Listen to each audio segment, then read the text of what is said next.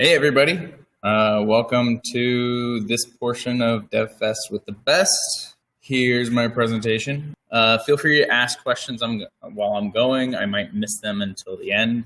I'm also going to leave some time at the end to better ask questions. Just to start, I'm going to start with an introduction. My name is Karl. I'm an AI engineer with Mycroft AI. If you haven't heard of Mycroft AI, that's fine. I'll get into more detail later. But basically, we're an open source voice assistant. We run on anything that's in Linux, and it's all written in Python. So if you've ever wanted to add voice to control to some kind of project you're working on, definitely check us out. I'll go into more detail later, but first point, what's wrong with IoT? A lot of people might take this very personally, but it's okay because IoT is great. Controlling devices through the internet enables greater connectivity. It enables smart devices without having to have all the smarts on the devices themselves. It's a great it's an advance in terms of technology. Like, we're getting very close in terms of walking into a room and having it become the environment we want it to be in automatically based on our presence or through other things. So the problem with IoT is the learning curve. Instead of coming up with new good ways to solve problems, we're coming up with bad ways to solve problems that weren't really there. So we're replacing physical objects with digital ones. So instead of using a light switch to turn on a light, you're using an app in a phone. And it means you have this learning curve. You have this learning curve for every single new device you have because you have a different app. You have either you have to do a setup process. If it doesn't have an app, then it's going to have some kind of interface that lets you control it. And it's kind of counterintuitive because people have been trained since the birth of electricity to turn on lights with switches and not a computer or some other device. This is just an example graph. I would say the more accurate graph of any IoT device is going to be like this, where the red line is going to represent a traditional switch and the blue line is going to represent interfacing with like light bulbs that are connected. With a switch, you basically walk up to it, you discover it turns on, you discover it turns off, and that's the end of the learning experience. After that, you pretty much know everything you can do with it. Like, while IoT grants greater capabilities by having multiple devices be controlled with one switch, or different things happen, or just a great variability, that variability definitely causes a much harder learning curve. So the question is, how do we help make this learning curve easier? Like, there's got to be a better way to interact with the devices, and it's kind of been presented for a long time that it's speech. Speech is going to be the best way to interact with IoT devices. It's more natural. We're trained how to do it from a very young age. I've been talking to people for most of my life, I would say. And companies know this. Voice and interacting with devices through voice is becoming this new norm. It's something that used to be very niche I would say in the 90s and even the early aughts, but now it's kind of becoming acceptable because the level of competency in the devices is getting better, and it's also cheaper and more approachable, and you can have dedicated devices like the Alexa or the Google Home that all they do is sit there and listen to you talk and then act on it. And you don't have to interact with an app. You don't have to interact with a computer, but after the initial setup at least. But it means that it just sits there and it listens to you all the time, which is part of the problem. Like, that's a little too fast. So these devices, they're closed off. They're not open source. Some of them are going to be harder to develop for than others. And more importantly, there's questions of security and how comfortable are you with having these listening devices around all the time. So the answer is going to be Mycroft, or at least that's what we think, obviously, because we're working on it, we're passionate about it, it's open source. And the reason why we think you should use it is all of these reasons. It's modular, it's extendable, we respect your privacy. It's kind of a oh, cool. Yeah. There's the ability to create. It's written in Python, so it's a really approachable product, like set of software. And it's community centric. We have forums, we have a Slack channel, which will probably become a Mattermost channel soon. And it's very much open. And it's also easy to program for. It's in Python. This is our Mark 1 device. This was a Kickstarter device that we're starting to ship as we speak. We started shipping about 2 weeks ago. Node.js, it's basically like we use a little bit of JavaScript for message passing. I can get into more detail like afterwards, but any Python library you can use in Mycroft. So you just need to import, and then you can interact with JavaScript and Node.js. Like, for example, someone built a Node-RED way to build skills, but I'll get into more of that later too. So pretty much any Python library you can use, you can write skills in. And skills are basically the things that cause action. So there's 3 parts to those. There's the vocabulary, which is the way you initiate your skill. There's the code, which is just Python. And then there's a dialogue, which is going to be your response. And that's also optional. So you can interact with your device. It executes whatever the code is and then presents a response. It's very much the same schema as like Alexa or Google Home. It's kind of becoming the norm in terms of prompt and generate response. This is a video from our community members of skills they have written. The audio isn't the best, so I might talk over it a little bit, but it's more interesting to watch. So this is a translate skill. It's basically hitting the Google Translate API, I think, and translating everything he says. Hey, Michael, translate good morning to Italian. And this video is all community members who have written new skills. Mycroft, what's the weather like today? With a high of 75 and a low of 72. Vermont has light rain and is currently 74 degrees. So this video is obviously Mycroft running on a known desktop, and there's a few versions of that. Locate keys. He's located in office. And it'll tell me that it's located in the office. So I'm using the Android Wear app that's then going to hand it off to my phone. And my phone is going to do the responding for me. All right, so let's go to the family room. Locate keys.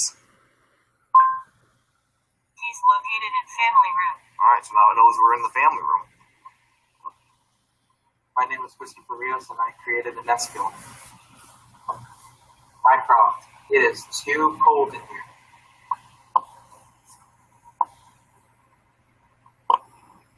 I am raising the temperature for you. Mycroft, it is too hot in here. I am lowering the temperature for you. Woo! Woo! Yes. Hey, Mycroft, tell me a joke.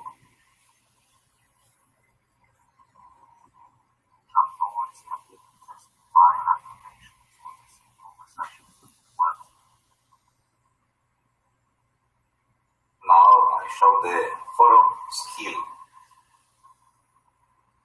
Hey, Mycroft, photo. Say cheese. Cheese.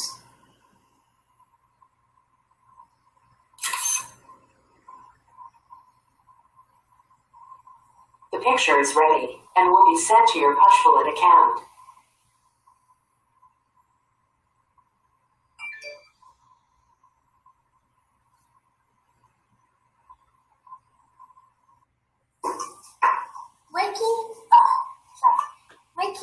hamburger. A hamburger is a sandwich consisting of one or more Okay, so that's the video. If you guys have any questions about it, we can go over it more at the end. It's basically just a bunch of our community members and skills they have written and wanted to show us. So a brief overview of Mycroft core technology. We have all this documented online, but very briefly, it's based on WebSockets, then those pass messages between microservices. The wake word detection is all done offline. We use Pocket Sphinx for localized. Yes, you can customize the wake up word. It's basically, you can just type in, it's phoneme based, and it's you can write it directly into the code or use the cloud-based configure management, which is basically home.ai or home.mycroft.ai. And that part's optional. After you get the wake word detection, you get speech to text. Right now, by default, that's done in the cloud, but you can configure it to run locally. I haven't done it myself, but Caldy Linux is one way to do it. You just need a speech to text processor. After that part, everything else done is executed locally. So the intent parser and mimic to speech. For better view of the core architecture, this is basically the main services that are built into Mycroft. Their enclosure is going to handle whatever the interface is that you're currently using.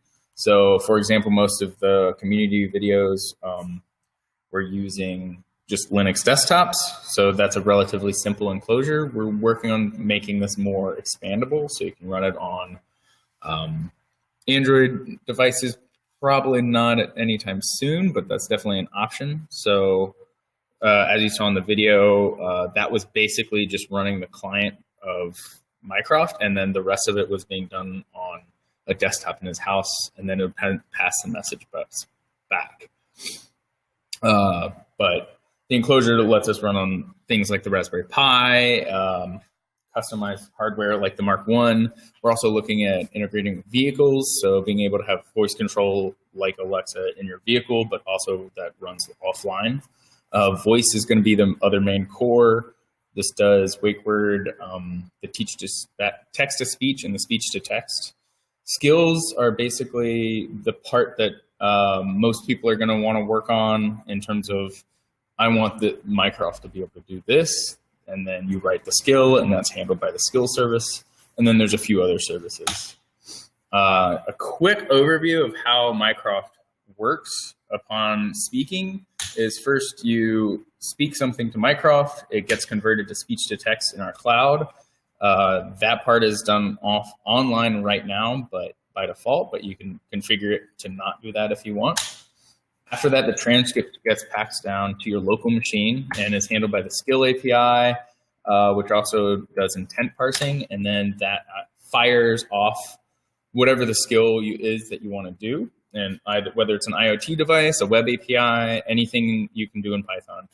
And then the response is generated, and that goes back to text to speech and is spoken out as a audible response.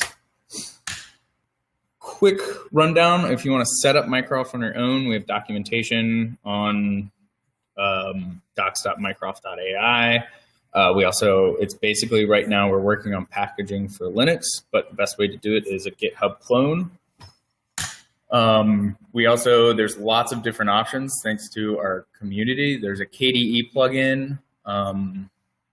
There's a Chrome plugin, which I have right here installed. And then there's also a GNOME shell extension, which I'll show you later, just because that's what I use. I'm running Ubuntu GNOME right now, and I can show you how that interface works.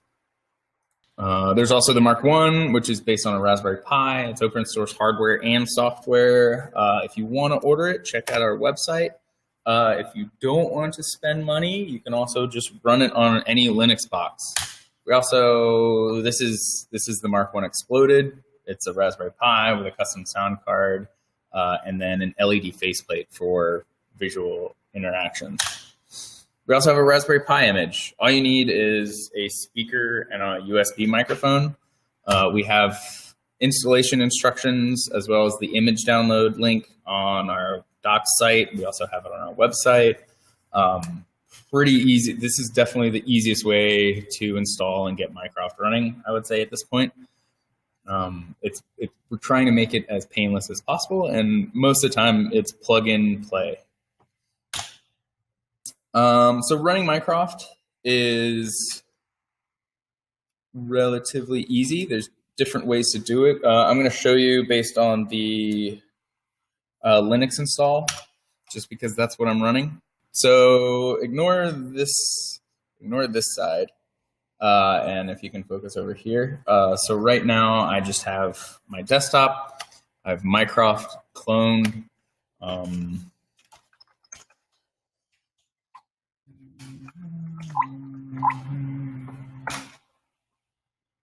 And then starting Mycroft is just as easy as that. Mycroft's going to wake up. It's going to start. You're going to be able to interact with it through your microphone. New skills. Okay, so skills I'll show you in a minute. Right now we just have a skills repo. So there's a repository online, which is this, Mycroft AI and Mycroft skills. And that's the trigger word showing that Mycroft heard me. You can also interact with Mycroft through a command line, which looks like this. And this gives you everything that Mycroft is doing. You get the microphone input over here. This is going to be all the logs. You can see the wake up word was detected when I said Mycroft. It triggers, and then it tries to understand what I'm saying. So I can say something more like, Mycroft, what time is it? And that's going to run locally, execute after it gets the text. If you want to see it run completely locally, you don't need the speech to text part. You can interact with it with the input here. So say again, what time is it? You can also trigger any skills through here that you're writing and get the logs for the outputs. And so you can print by using debug logging and a few other things. It's basically, we've tried to develop this as a way to develop skills. Then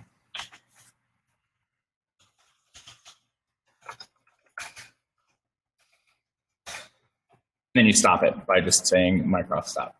If you want to see the GNOME shell extension, I have it installed here. It's basically running off the same file, the same folder that I have the terminal version running off of. But this is a little bit easier to run.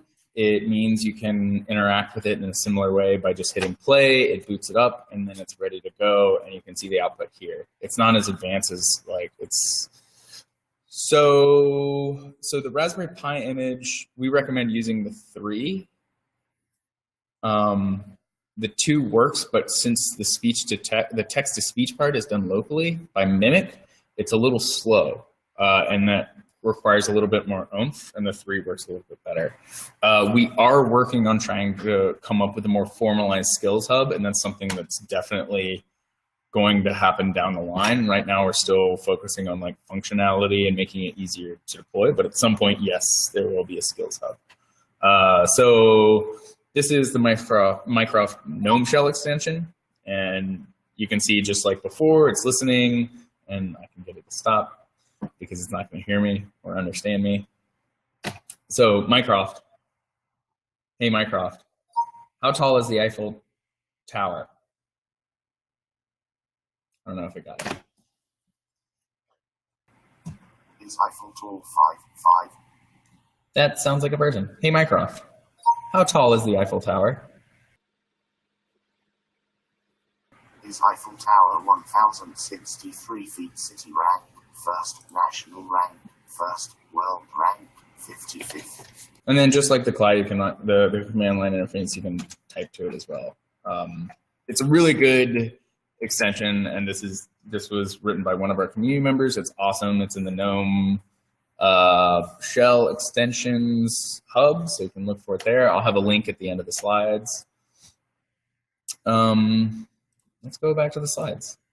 There's only one more slide for this. So the skill structure, as I said before, it's the Python file, the vocabulary file, and the dialogue.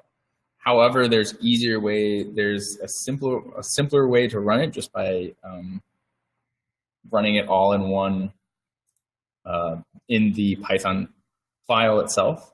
We don't recommend this way, but if you guys can see this is the speech skill. So this is the, hey Mycroft, say Karl is the best. Karl is best. Spells my name wrong, so I'm gonna have to fix that. But either way, that's this skill here.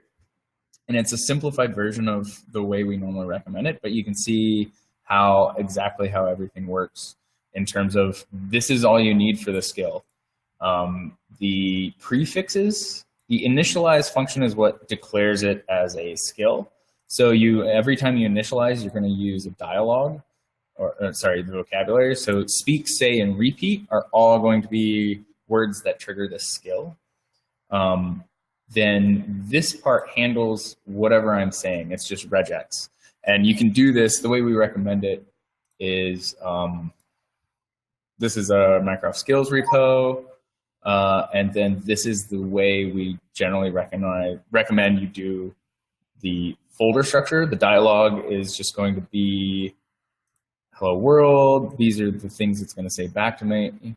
The vocabulary is what starts the skill. So hello world is going to trigger it. And then you just have the Python file which executes. And this one's very simple because all it does is it's going to register every time you say one of these keywords, it's going to respond with the dialogue in response back.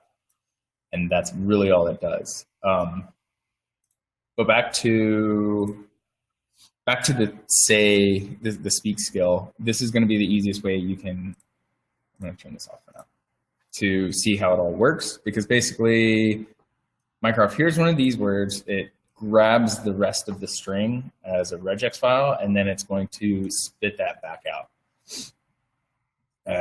Pretty much exactly what you say. So you can also change this because it's just strings, and you can pass any strings you want to it. You can also, this is the handle intent function, and this is where your Python code is going to be. So if you want to call out a web API, if you want to interact with IoT devices like bulbs, all that code is going to be under the handle speak intent. So instead of just having it say exactly what I said, now Mycroft is going to be a little bit snippier as soon as it boots. So, hey Mycroft, what time is it? So that's still going. It's 12:24 p.m. Hey Mycroft, say Karl is the best.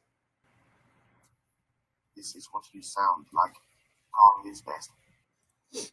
And that's pretty much it. So you can interact with your skills. Normally you can also change your skill while you're developing it. So if I change it here, any changes made to the file architecture will register, and it'll re-register the intent. Basically, while Mycroft runs, when it first boots, it has this big list of all of the intents, which are the things it knows how to do, and those are all illicitly stated. But those are skills. There's one or two more slides. So those are the skills. We're trying to make them really easy to go and use and build your own as easy as possible. So like a few lines of code, like you said, and then just like I said, and just editing it. All of the skills are like you saw on right now. Those are all the community submitted skills. We also have all of our in-house written skills, which are pretty basic.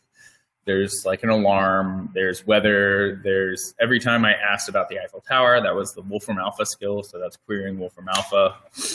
And of course, since this is an open source project, we need help. So we have lots of skills that need to be built. The best ones are always come from a developer coming in and seeing that there isn't a skill for something they want to see done, and they build it, and then they submit it to the repo. Eventually, we will have the Skills Hub. This is another GIF because I like GIFs. There's other ways you can help too. So besides skills, you can also submit and fix bugs. All the code is open source and on GitHub.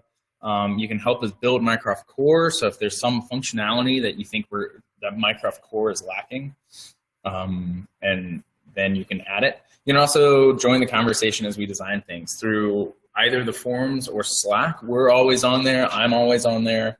If you need any help, the rest of the community is also there. And that's it. Thank you guys for sitting and listening to me. Sometimes looking at me and definitely looking at my desktop. Here's all the links for everything, pretty much everything. Mycroft AI is our home site. The documentation's on docs.mycroft.ai. Our community site is here, and this is our GitHub repo. The shell extension I was using is called Mycroft Assistant. It's on the GNOME shell store. Yeah, definitely check it out.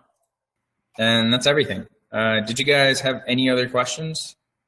I think it can be anything. This is like open floor questions, stuff I didn't talk about, stuff I talked about but breezed over. Any cool skills you want to see. So this is our main repo. These are our skills. What is my favorite skill? I think one of the favorite ones I demo is going to be poetry. This one. So this generates poetry based on hidden Markov models. This was written by Jarvis AI. And he wrote a few other skills, but this one is very good to just show off. And it generates death metal poetry or sci-fi poetry based on a corpus. I don't think I have it installed, but it is good. I also, there's a lot of really interesting ones. So some are very specific, like space launch and space flight. There's also lots of Bitcoin skills and Euro Millions numbers. If anybody here plays Euro Millions, right now I'm running 1610 on Ubuntu 1610, but it should run on 1604, 1610, and 1704 Ubuntu. But there's also I think Fedora. We've got a version that runs on Fedora 25. The KDE version, I think, is running the newest version of the KDE. KDE Neon, if you want to use the,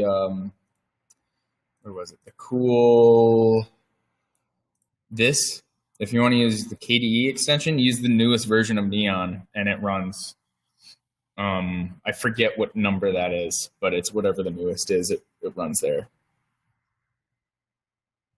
Awesome. Oh yeah, cool. So you use it. Where are the computers? Sorry, I haven't been reading questions. Question is, could you do a language learning app, for example, where the computer responds to you in a different language?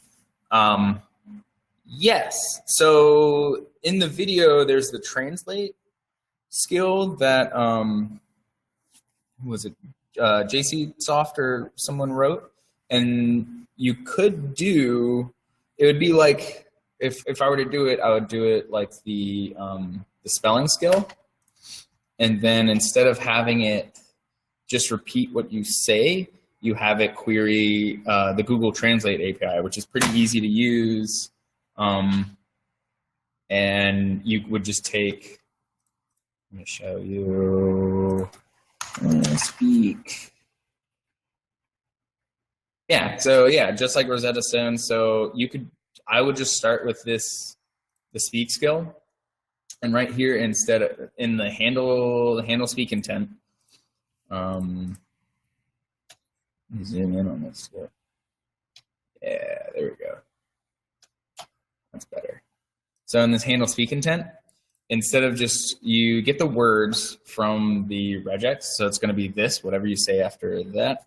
And then instead of just having it speak the words, you run a query to Google Translate and have it translate that and then have it speak those back to you. The way it's also done, you could also have multiple intents. So for example, you could have one intent that handles German. You could have one intent that handles like French, one intent that handles Spanish, and basically distinguish those through your keywords. So you're going to have multiple keywords. So you're going to say something like, hey, Mycroft, translate in German, hello, and it's going to respond back in German. That should be pretty easy to do. You could probably do it this afternoon if you wanted to and send it to the skill repo. Question is, are there any tutorials for setting up local only? Right now, no. That's something we keep getting a demand for, so we're probably going to have to do that soon. I haven't played around with Caldy, but that's what other people I know have used. Caldy is ASR, so speech recognition. But it's open source speech to text engine. And then you just have to download that and run it. And then instead of using our default settings, change where the input is, which takes some work, but shouldn't be too hard. You can also ask on the community, because that's where I heard it done, and we're trying to get in touch with, I forget who did it, but it's been done. So, but also I need to do it myself. The biggest reason we use the cloud-based speech to text is because it's very, very good. And it's going to be that way for a long time. Yeah, if you try it, he said I will give it a try and share my notes. If you try it, share your notes, post it on the forums or on Slack. And like, you can always send me a message directly. I'm on Slack as, I think, just Karl, because I'm the only one there for now. Definitely reach out if you have any other questions. Check out Mycroft. Download it for Linux, either through the GitHub clone download. We have that on our documentation. Steps that you need to do. Sean. One last question. Sean's asked, can you do complex conversations? Right now, no, but we're working on that. It should be implemented within the next month. One thing that we're working on is prompt and then leaving a window open for replying back after Mycroft says. So, for example, if I say, what's the weather like today? And Mycroft's going to respond, it's 30 degrees and cloudy. And then immediately after, I'll respond back and say, what's the weather like tomorrow?